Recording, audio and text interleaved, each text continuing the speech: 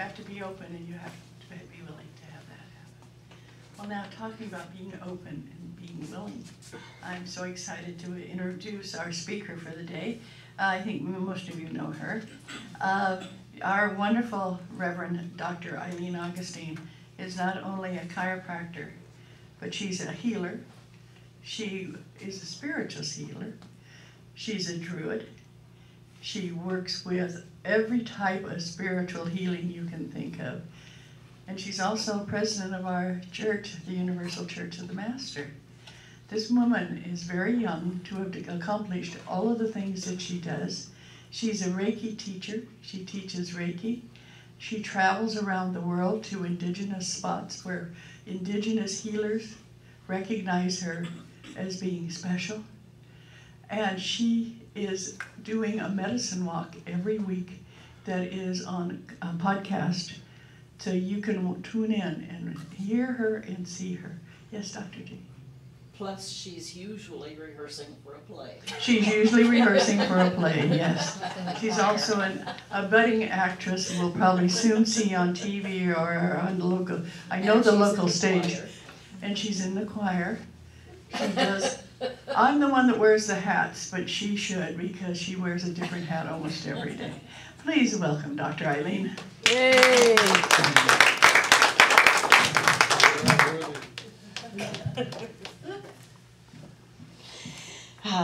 Thank you so much, Dottie. Yeah, I'm in another play. We're doing another thing in Twilight Zone, so I'll bring in the details for that. Hi. Hi. I'm going to be talking about autumn, which it's interesting. It's the only season that has two common names, either fall or autumn. It's said that time is man-made. The Creator created the seasons. And at a time before calendars and before, digital watches or whatever, we knew when things were happening because we were in tune with the seasons. And it's interesting because the autumn equinox, which in the Druid tradition is Alvin Elfid, which is light of the water. It is the idea of returning to that which is the origin. It's that idea that autumn brings that feeling of home and harvest. Now, it also brings a lot of other things. There was the tradition that in autumn, it was the time to pay your debts and keep your promises. If somebody offered to help you with your farming throughout the year and asked to be compensated by a part of the harvest, it was considered tremendously poor personality to renege on that. Oh, yeah. Who's going to help you? Exactly. That was usually the farmer who was not assisted through the year. It sort of makes me think of the tale of the grasshopper and the ant. Remember the old fables? The grasshopper was having fun and kicking around, and all the ants were scurrying about and collecting food and bringing things into the colony. And the grasshopper was saying, hey, you guys are working way too hard. Oh my gosh, the sun is shining and, you should be out dancing and singing. And the ants said, well, no, because winter's coming and there's a lot of us and we need to make sure we have the food and we have things set aside. The grasshopper said, hey, the grass is soft and there are berries on the bushes. Why worry? And so he continued to dance. And then all of a sudden the weather turned colder. The grass was not so soft. And the berries dried up on the bush. And suddenly it was, wow, I'm kind of hungry. And as he went over to the anthill, the ants had gone deep into their colony and couldn't hear him. And so he was left in his remaining time to consider, wow, maybe I should have prepared a little bit more. Now, as in most Aesop's fables, it doesn't end well for the grasshopper. But in my mind, I always used to rewrite fables and fairy tales. And in my mind, it was like there was one little ant that just barely heard it. and said, okay, you can come in this season, but you're going to work. You're going to help feed. You're going to help clean the colony. You will do all these things, and you will work hard, but you will be taken care of. So that the next summer, the grasshopper was a little bit wiser. Still had fun, but remembered that there was work to be done. And that's that one thing about the fact that we can have fun, but there's work to be done. And the autumn is the time that we remember that. That which you sow, so shall you reap. And autumn is like the evening of the year. Spring is the morning. Everything is new, everything is bright. And then summer is like the afternoon, lazy and meant to be enjoyed. But then there's autumn. It's the evening. It's the time to go, okay, what did we get done here? All right, what do we still need to do? What do we need to clean up? And then winter is the night. And we go through this cycle over and over again, yet no two cycles are the same because we are not the same for any two cycles. And as we look at the aspects of autumn, to me, autumn is my absolutely favorite season, without a doubt. I'm there at home watching the, Peanuts Halloween special and, enjoying that. And I remember as I was growing up, autumn was when the swim team, I was on the swim team, and autumn was the time that we would practice. And I'd come home after school and it would be getting dark and I'd be freezing. And as soon as I hit the, right at the gate, I looked up and I saw the warm glow of the kitchen window and the lights inside and my mother, and I could smell her fried chicken. And that meant home to me. That meant safe to me. And as the leaves were rustling and the wind was blowing, I knew it didn't matter what was going on outside. In that place, and in a few seconds, I would be safe. And I would be at home. And my mother would be there saying, hey, how was your day? While she's finishing up cooking the chicken, my sister's perfecting the gravy, and my dad is sitting in his lounger in the living room waiting to be told that, he could get up and come to the table now. Good life. I know, it's like, nice. But that, to me, epitomized how I feel about autumn.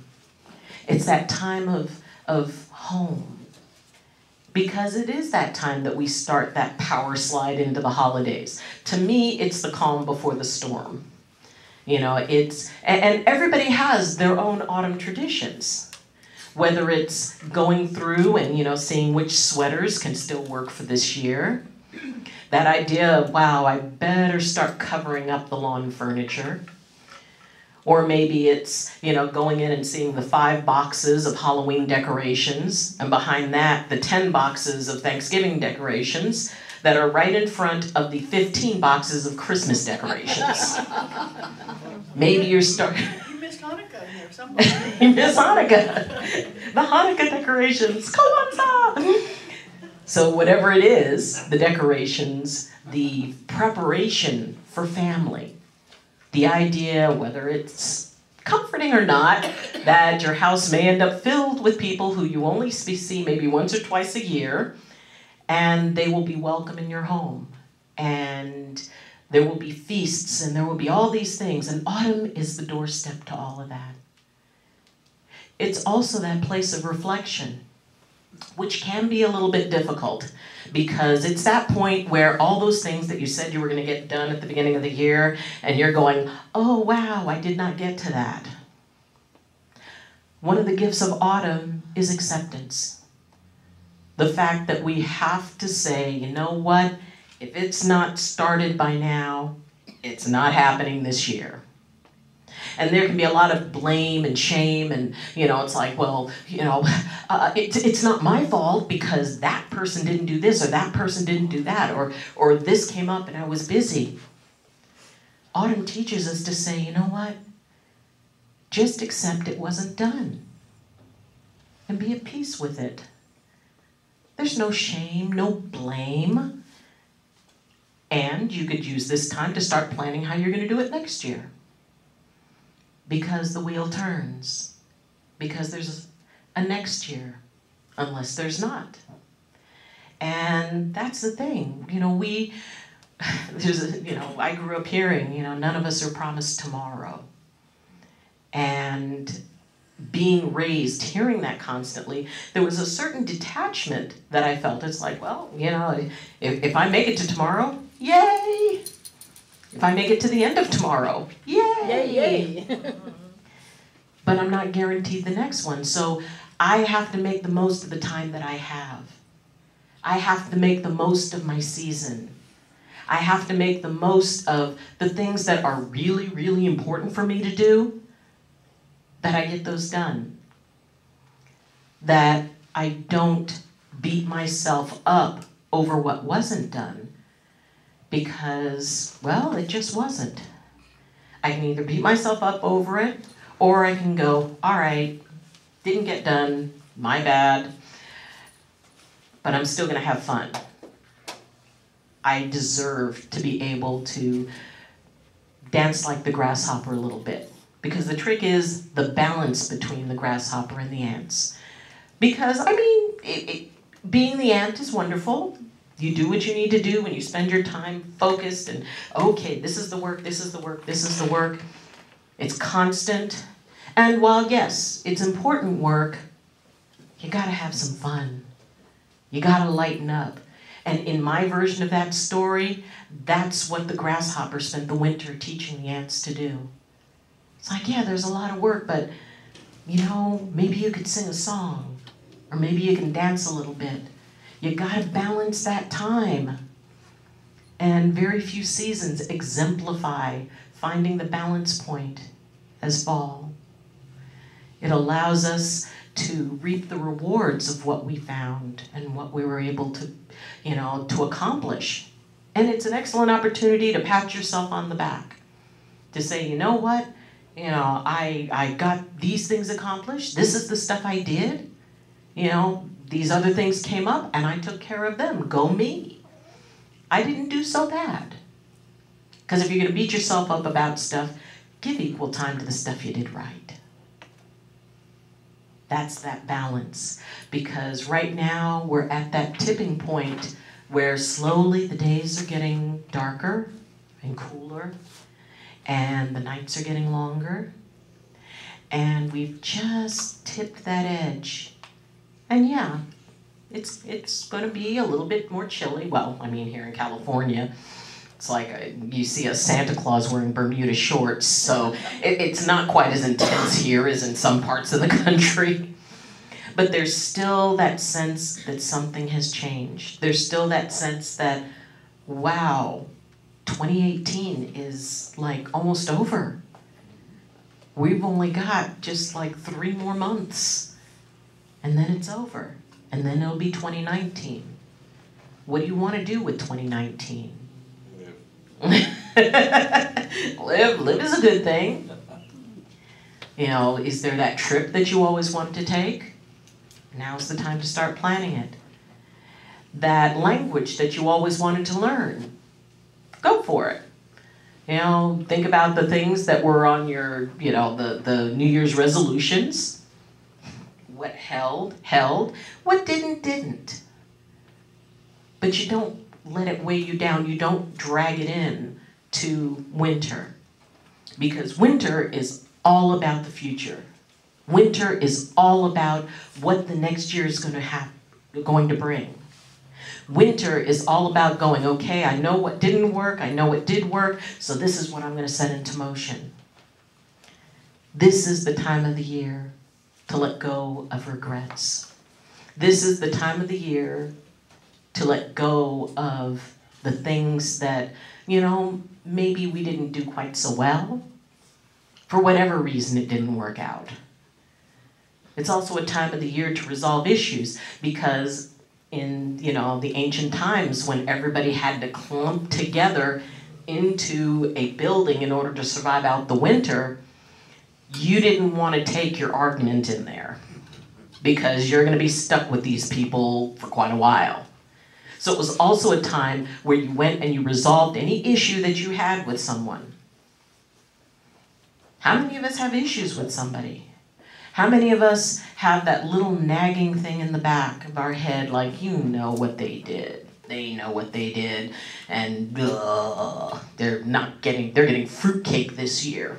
Oh, yeah. I know, so do I. It's like, it's like, hey, go ahead, give me the fruitcake. Yeah. But, that idea that we can feel justified in carrying a resentment into the next part of the year.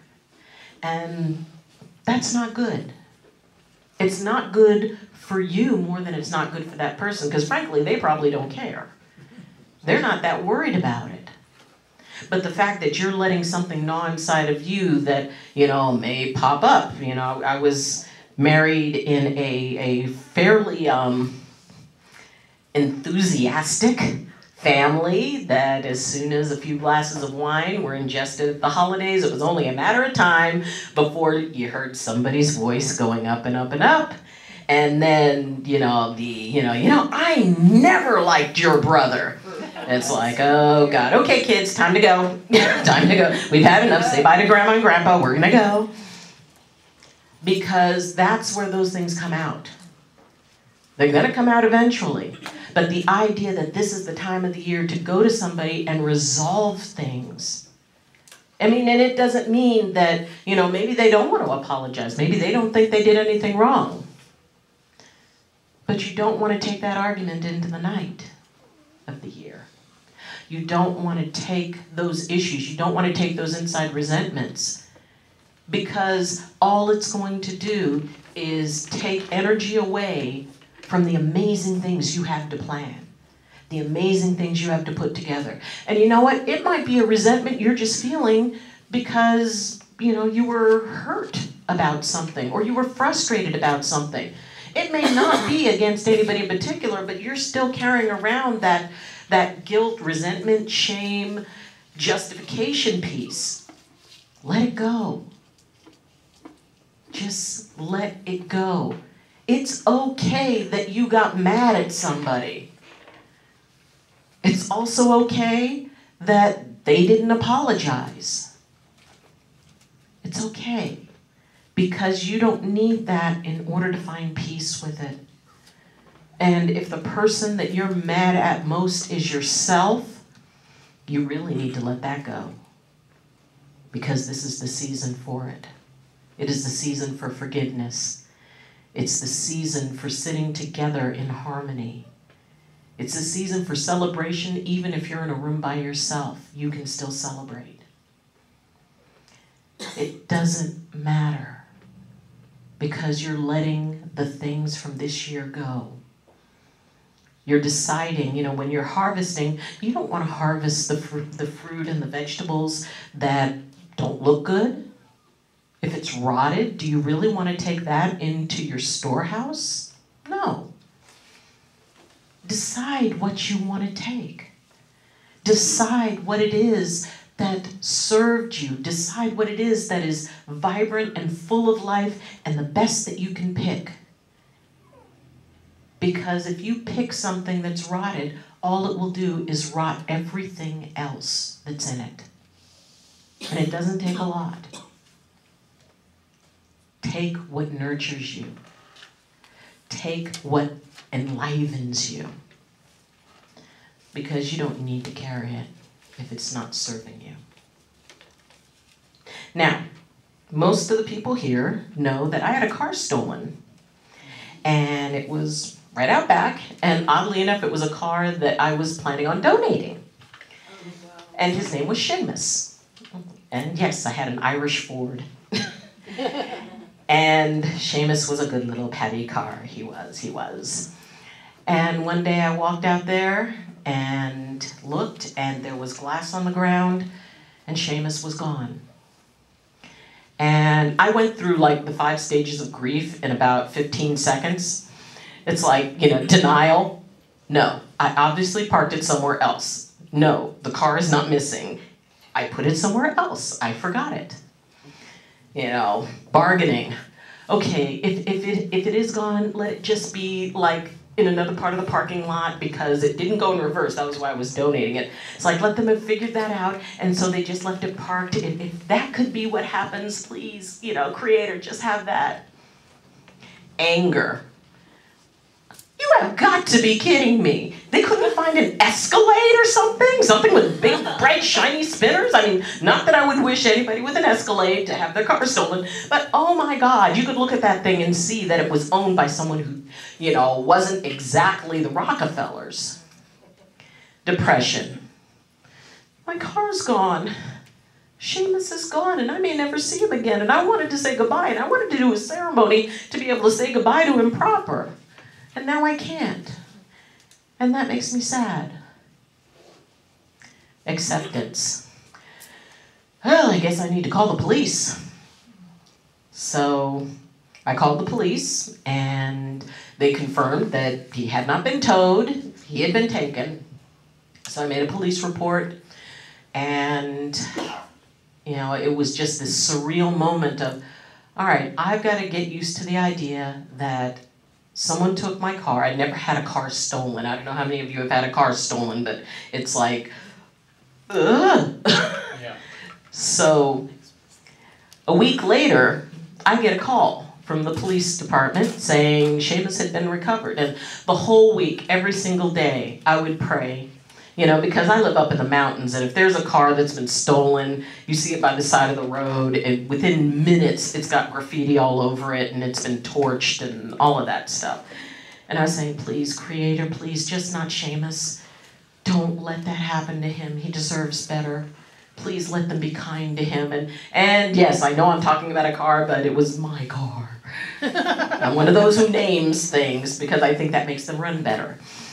So I get a call saying that Sheamus was found. He was not gutted or any additional damage.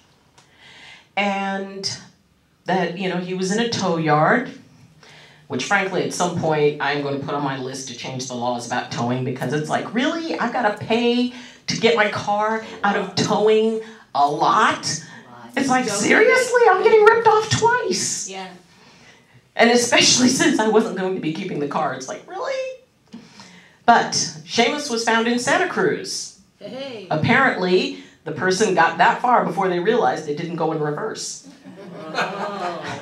A friend of mine said, it would be true karma if they stole it for the transmission. Why, yes, it would. So I went and I found Sheamus. And he looked okay. In fact, they had washed him. Oh, wow. And he was cleaner than I left him. And the thing is that knowing that he didn't go in reverse, they still wanted him. And in fact, the police told me that an arrest was made. The people who had taken him were with the car. Okay. And so it was really, really surreal, seeing him and knowing it's like, I'm so glad to see you. Bye. And yet, when I looked in the car, because my stuff was gone, the only thing I wanted from the car was something that was hanging from the rearview mirror that meant a lot to me, because it was given to me by someone very special to me, and that was gone. And so I had to accept that piece I would not get. But I looked, and there were children's books. Obviously somebody had been sleeping in the car, but it was still tidy. And there was a CD that was in the CD player. And, I was like, I burn CDs all the time just because I like my driving music. And I hadn't written anything on the discs usually when I make them, so I pulled out and the disc was just a blank disc. And I thought, it's like, oh, okay, well, this must have been one of mine. And so I put it into the car I'm using now as I'm driving back, and immediately I realized I didn't make that. But the music was familiar. It was an instrumental piece. And I kept thinking, where have I heard this music before? And I realized that it was a copy of a CD that I use when I do body work and energy work. It's called Santorini Splendor. Very obscure, but this person burned a CD of it and had it in the car. I found 2 crystals that had been placed in the car. and a pin of Kokopelli, who is one of my favorite figures. And so I began to feel, and I listened to the whole CD, and not only did it have that music, it had 3 other songs on it that were among my favorite.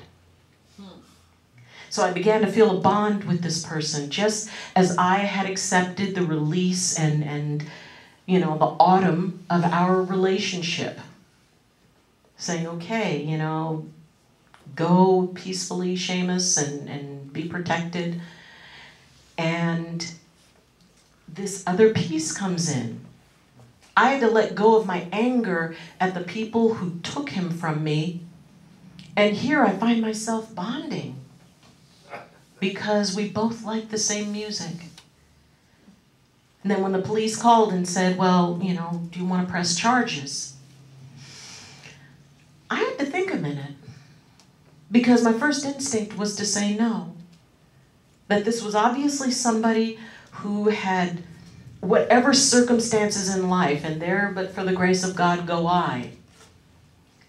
Whatever it was that brought them to that moment, they were kind to my old little car. They weren't just people who wanted to tear it apart. They seemed to care about it. And then I thought again, we learn from consequences. Part of life is realizing that every single choice we make carries a consequence. And it may be a decision we make in spring that holds a consequence in the fall or the winter. But eventually, everything, whether it's a consequence we like or a consequence we don't, everything has a consequence. And the purpose of consequence is that we learn. And I felt it important that they learn. Because either way, it was not okay for what they did. But, I'm not going to go out there and demand the harshest punishment. And I do hope that there is compassion. But I think that the process is what they chose. And like the autumn harvest, what we receive is based on what we choose.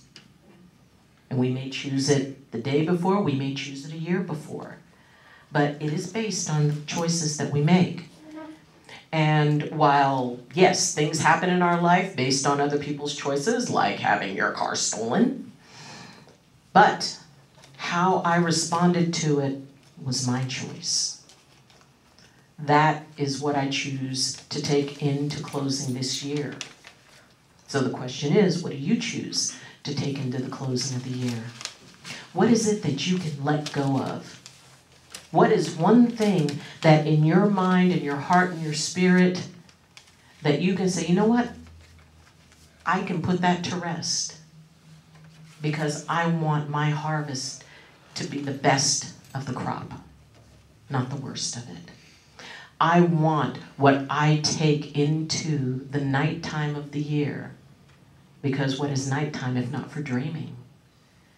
What will my dreams be fed by? Regret, anger, resentment. I was once told that there are no justified resentments, which when I heard it, I thought was completely idiotic, and I truly resented the person for telling me that. But then I realized that they were right. Resentment is not about what happened, it's about what you feel about it and what you want to hold on to. Resentment is holding on to the pain. The Dalai Lama said, pain is inevitable, suffering is a choice. Resentment is choosing to suffer. It's choosing to hold on to it and gnaw on it. My dad had the phrase, how long are you going to milk that cow? And he was right.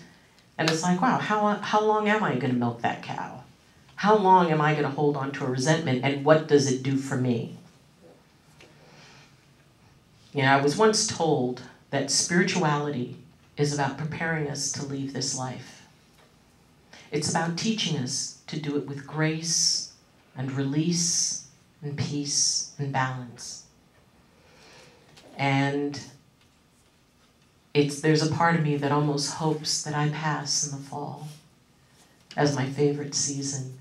Because in my mind, I know that when I leave this life, I'm going to be walking down that road to my house, and I'm going to see the light in that window, and I'm going to see my mom making chicken, and my sister perfecting the gravy, and my dad sitting in his lounger.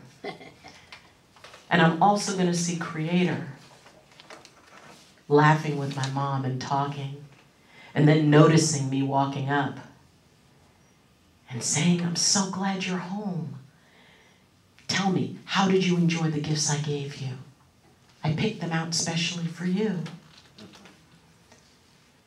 And I'm going to enjoy that conversation.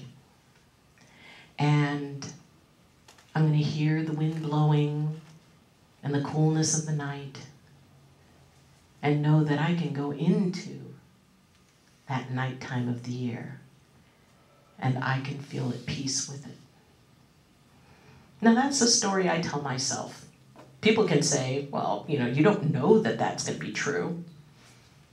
I don't know it's not. If you have to tell yourself a story, tell yourself one that makes you happy. Yeah, really. So enjoy your autumn. Enjoy your fall. Use it as an opportunity to let things go. Because you don't want to take rotting vegetables in for the storehouse. You only want the best. And another thing about the ancient people, and especially the Celts, was that if you had extra, what you didn't need was shared with those who didn't have as much. That's community.